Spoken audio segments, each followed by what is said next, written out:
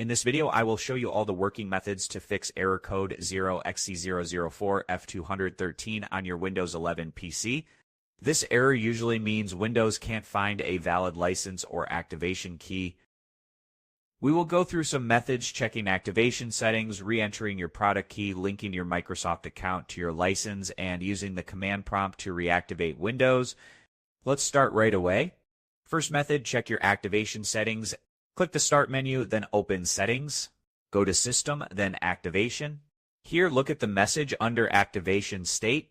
If it says Windows can't be activated or shows that error, click the Troubleshoot button if it's available. Sometimes this automatically fixes the issue and reactivates Windows. The next method, re-enter your product key. Replace your product key with your actual Windows 11 product key. If you don't have a product key, don't worry, the next method will help. Link your Microsoft account to your Windows license. Go back to Settings, then Accounts, and click on your info. Make sure you're signed in with a Microsoft account, not a local one. Then go to Activation again and make sure it says your account is linked to your digital license. If not, sign out and sign back in with the account you used when Windows was first activated. This often restores activation automatically after hardware changes or reinstalling Windows. The next method reactivates Windows using command prompt.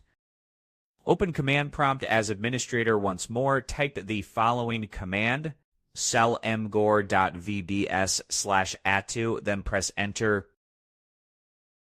This forces Windows to connect to Microsoft's activation servers and revalidate your digital license.